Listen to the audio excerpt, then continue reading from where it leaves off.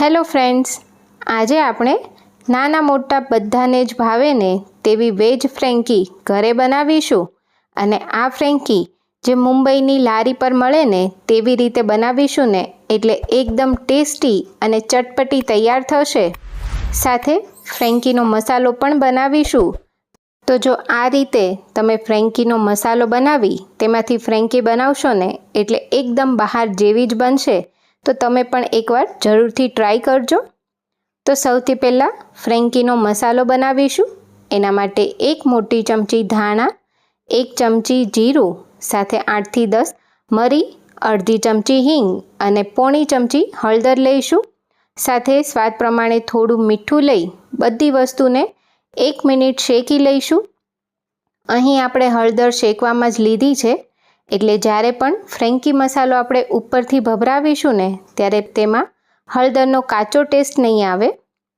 તો બધી વસ્તુ શેકાઈ એ પછી ગેસ બંધ કરી તેમાં 1 ચમચી ગરમ મસાલો, 1 ચમચી લાલ મરચું અને અડધી ચમચી આમચૂર પાવડર એડ કરીશું અને ફરી બધું મિક્સ કરીશું. તો અત્યારે પેન ગરમ જ છે, એટલે ફરી થોડી વાર મિક્સ કરીએ ને એટલે બધી જ વસ્તુનો ભેજ ઉડી જશે. હવે આ બધું સરસ ઠંડુ થાય એ પછી તેને મિક્સર જારમાં લઈને ક્રશ કરી લઈશું. તો છે ને ફ્રેન્કીનો મસાલો ઘરે બનાવવો ખૂબ સરળ. આ રીતે બનાવેલો મસાલો તમે ફ્રીઝમાં 6 મહિના સુધી અને બહાર 3 મહિના સુધી સાચવી શકો છો. તો જો આ રીતે મસાલો બનાવીને રાખો ને તો ફ્રેન્કી એકદમ ઝડપથી તૈયાર થઈ જશે. હવે ફ્રેન્કી માટેની રોટલી બનાવવા લોટ બાંધી લઈશું.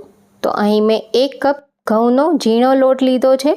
જે રોટલી માટે લેતા હોય એ જ લોટ લીધો છે અને 1 કપ મેંદો લીધો છે. તમે એકલા ઘઉંના લોટમાંથી પણ ફ્રેન્કીની રોટલી કરી શકો છો, પરંતુ જો થોડો મેંદો લઈશું ને તો રોટલી એકદમ સરસ સોફ્ટ બનશે.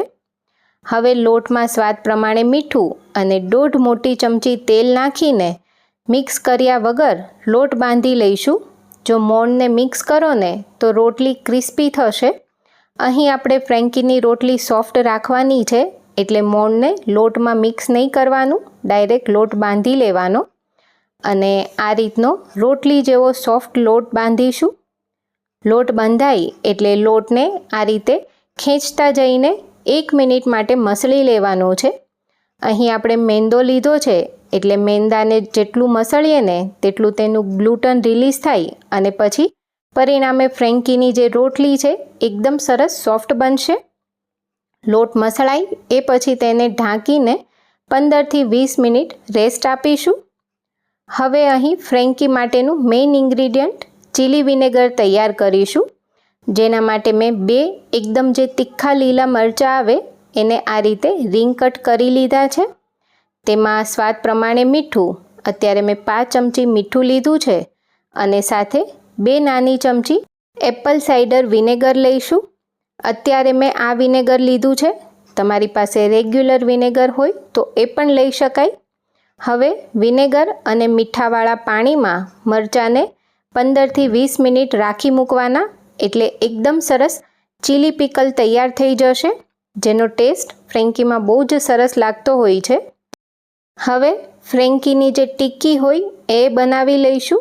જેના માટે 1.5 મોટી ચમચી તેલ ગરમ કરી તેમાં 2 ચમચી આદુ મરચાં લસણની પેસ્ટ નાખીશું.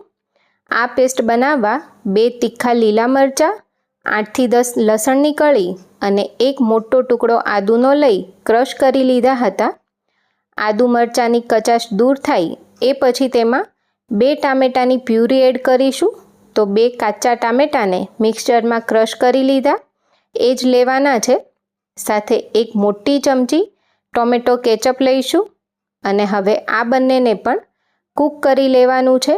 તો ટામેટાં કાચા લીધા છે એટલે ટામેટાની કચાશ દૂર થાય અને આ મિશ્રણમાંથી તેલ છૂટું પડે ને ત્યાં સુધી કૂક કરવાનું છે. તો લગભગ 2 થી 3 મિનિટ જેવું થશે અને અત્યારે તમે જોઈ શકો છો કે આ ગ્રેવી જેવું તૈયાર થયું છે અને તેમાંથી સરસ તેલ છૂટું પડી ગયું છે. હવે તેમાં સ્વાદ પ્રમાણે મીઠું, અડધી ચમચી ધાણા પાવડર અને તૈયાર કરેલો ફ્રેન્કી મસાલો, તો 1.5 થી 2 ચમચી જેટલો ફ્રેન્કી મસાલો લેવાનો છે. આ મસાલો નાખીએ ને એટલે બીજા કોઈ જ મસાલા નાખવાની જરૂર નહીં પડે અને ફ્રેન્કી તમારી એકદમ ફ્લેવરફુલ બનશે. તો મસાલાને પણ એકાદ મિનિટ ગ્રેવી સાથે સાંતળી લઈશું અને એ પછી તેમાં બાફેલા 4 બટાકા એડ કરીશું. તો અહીં મેં મીડિયમ સાઇઝના બટાકાને બાફી લીધા હતા. હવે બટાકાને સરસ મસાલા સાથે મિક્સ કરીશું. પ્રોપર મેશ કરતા જઈને મિક્સ કરતું જવાનું છે અને આ બટાકાને પણ એકાદ મિનિટ આ રીતે સાંતળી લઈશું એટલે બધા જ મસાલા બટાકામાં સરસ મિક્સ થઈ જશે. તો જો તમે થોડી પૂર્વ તૈયારી કરેલી હોય ને તો બહાર કરતાં પણ વધારે ટેસ્ટી ફ્રેન્કી ઓછા સમયમાં તમે ઘરે તૈયાર કરી શકો છો. તો અહીં બટાકાનો મસાલો પણ તૈયાર થઈ ગયો છે. લાસ્ટમાં 1/2 કપ જેટલા લીલા ધાણા નાખીશું. ધાણાનું પ્રમાણ થોડું અહીં વધારે રાખવાનું છે એટલે મસાલો એકદમ ટેસ્ટી લાગે. હવે મસાલાને થોડો ઠંડો કરી લઈશું અને અહીં આ જે ફ્રેન્કીની રોટલીનો લોટ હતો એ પણ રેસ્ટ અપાઈને તૈયાર છે. તેમાં થોડું તેલ નાખીને લોટને તેલવાળો કરી મસળી લઈશું. અત્યારે લોટ એકદમ પરફેક્ટ છે. રોટલી જેવો ઢીલો જ લોટ રાખવાનો છે. હવે તેમાંથી ફ્રેન્કી વણી લઈશું. તો ફ્રેન્કીની રોટલીની સાઈઝ મોટી કે નાની તમને જેવી ગમે એ પ્રમાણે અહીં લુઓ લેવાનો છે અને લુઆને અટામણવાળો કરીને રોટલી વણી લઈશું. તો અત્યારે મેં ઘઉંના લોટનું જ અટામણ લીધું છે અને ના બહુ જાડી કે ના બહુ પાતળી એવી મીડિયમ થિકનેસવાળી આ રોટલી વણીને તૈયાર કરીશું. તો ફ્રેન્કીની રોટલી આપણી જે રેગ્યુલર રોટલી હોય ને એના કરતાં થોડી જાડી રાખવાની છે. રોટલી વણાઈ એ પછી તેને તવી પર લઈ શેકતા જઈશું. તો રોટલીને બંને બાજુથી થોડી કાચી પાકી શેકવાની છે અને સાઈડ બાય સાઈડ બીજી રોટલી પણ વણીને તૈયાર કરતા જઈશું.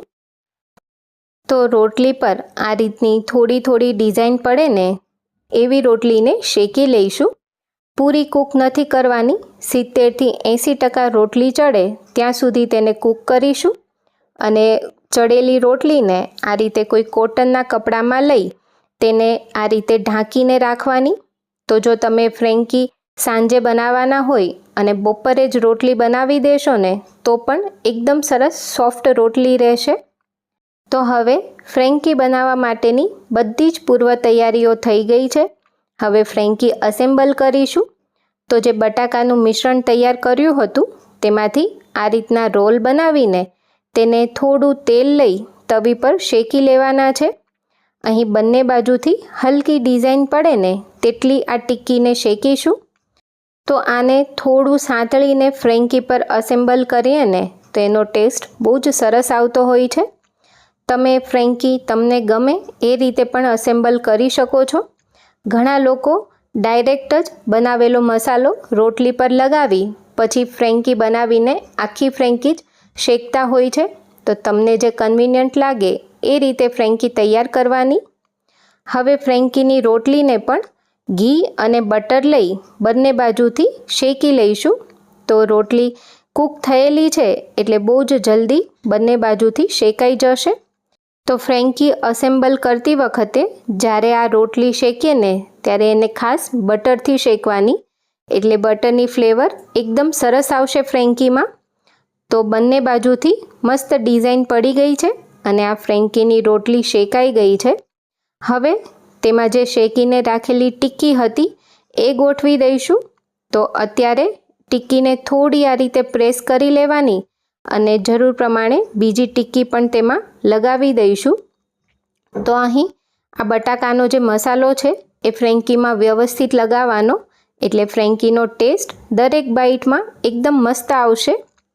હવે અહીં મેં એક સલાડ તૈયાર કર્યું છે જેમાં કાંદા, કેપ્સિકમ અને લીલા ધાણા કાપીને રાખ્યા છે. આમાં મીઠું નથી નાખેલું. સિમ્પલ પ્લેન સલાડ રાખ્યું છે. એ સલાડ લગાવીશું. ઉપરથી ફ્રેન્કી મસાલો અને સાથે જે ચીલી વિનેગર બનાવ્યું હતું એ. તો અહીં મરચાંની સાથે થોડા પ્રમાણમાં વિનેગર પણ એડ કરવાનું છે. વિનેગરથી ફ્રેન્કીનો ટેસ્ટ બહુ જ સરસ આવશે. અહીં તમે વિનેગરની જગ્યાએ લીંબુના પાણીમાં પણ મરચાંને પલાળીને રાખી શકો છો. એ પછી તેમાં ચીઝ સ્લાઈસ મૂકીશું. તો અત્યારે મેં ચીઝની સ્લાઇસ લીધી છે. આની જગ્યાએ છીણેલું પ્રોસેસ ચીઝ પણ યુઝ કરી શકો છો. અને હવે એકદમ ટાઈટ ફ્રેન્કીનો રોલ વાળી લઈશું. ઘરે ફ્રેન્કી બનાવીએ ને એટલે જે વસ્તુ તમને વધારે ભાવતી હોય ને એ વધારે ઓછી કરી શકાય. તો ઘરે બનાવેલી વસ્તુનો એ જ ફાયદો છે. આપણા ટેસ્ટ પ્રમાણે આપણે બધી જ વસ્તુ પ્રિપેર કરી શકીએ. એ પછી બહાર જેવો જ ફ્રેન્કીને લુક આપવા માટે અહીં મેં બટર પેપર લીધું છે અને તેનાથી ફ્રેન્કી આ રીતે કવર કરી લઈશું. આનાથી ફ્રેન્કી ખાવામાં પણ એકદમ સરળતા રહેશે. તો બસ તૈયાર છે. બહાર લારી પર મળે ને તેવી જ ફ્રેન્કી તમે પણ એકવાર આ રીતે જરૂરથી ટ્રાય કરજો અને મને કમેન્ટમાં જણાવજો તમને આજની રેસીપી કેવી લાગી. સાથે જો તમને મારી રેસીપીઓ ગમતી હોય તો ચેનલને સબસ્ક્રાઈબ કરી દેજો.